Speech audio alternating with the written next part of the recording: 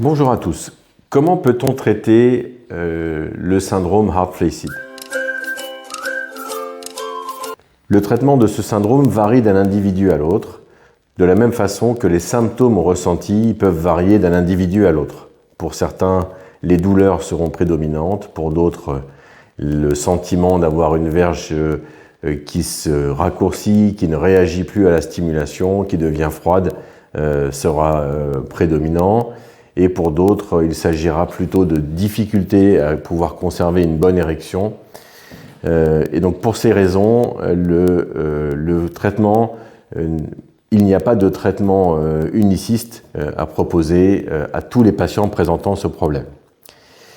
Il s'ajoute à cette difficulté la difficulté du diagnostic, car chez certains patients, il s'agit d'un syndrome douloureux pelvien chronique, et non pas forcément d'un syndrome heart-flaccid véritablement. Chez certains patients, il va s'agir d'un problème d'une dysfonction du périnée, des muscles du périnée, et chez d'autres, plutôt d'une pathologie du corps caverneux avec une contraction des fibres musculaires lisses qui le composent.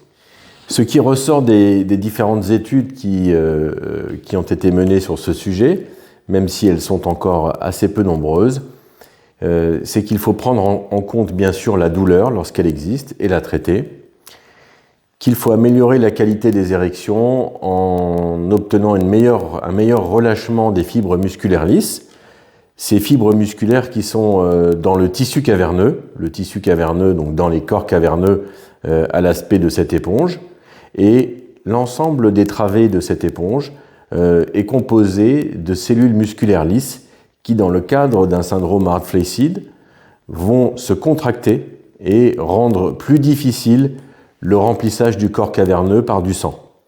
Cette contraction peut être améliorée, soit par la prescription de comprimés d'inhibiteurs de la phosphodiestérase 5, comme le tadalafil, le sildenafil et d'autres, et peut également être améliorée par l'utilisation d'un vacuum chez les patients ne présentant pas de douleur, évidemment, et pouvant ainsi supporter cet exercice. La conséquence, c'est que, au lieu d'avoir un corps caverneux contracté comme ceci, les fibres musculaires vont se relâcher et le corps caverneux sera simplement plus souple. L'avantage de l'utilisation d'ondes de choc extracorporelles de faible intensité a également été décrit et évoqué. Cela se limite à certains patients et ne peut pas correspondre à la situation de tous les malades atteints de syndrome heart-flaccid. Néanmoins, cela vaut la peine de l'évoquer à votre urologue afin qu'il puisse évaluer les éventuels bénéfices d'un tel traitement dans votre cas. Dans la majorité des cas, un traitement de relaxation, que ce soit de relaxation pour votre état d'anxiété, si vous en aviez un, et c'est très souvent le cas dans le syndrome heart-flaccid, mais également de la relaxation musculaire à l'aide des conseils d'un kinésithérapeute, d'un rééducateur, afin de relâcher le périnée, ou encore des exercices de relaxation auto-administrés, notamment lors de la pratique du yoga, peuvent produire un bénéfice dans la prise en charge. Il ne faut pas hésiter à demander de l'aide si vous ressentez de l'anxiété ou de la détresse à cause de ce problème.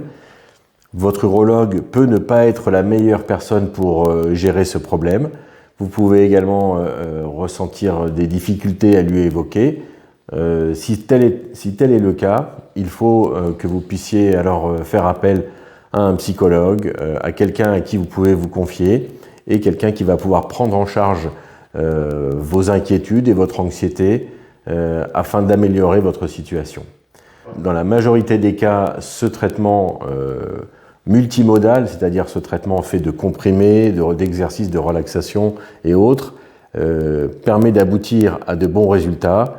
Il ne faut pas rester sans traitement si vous pensez avoir ce problème et consulter afin d'obtenir de l'aide. À très bientôt.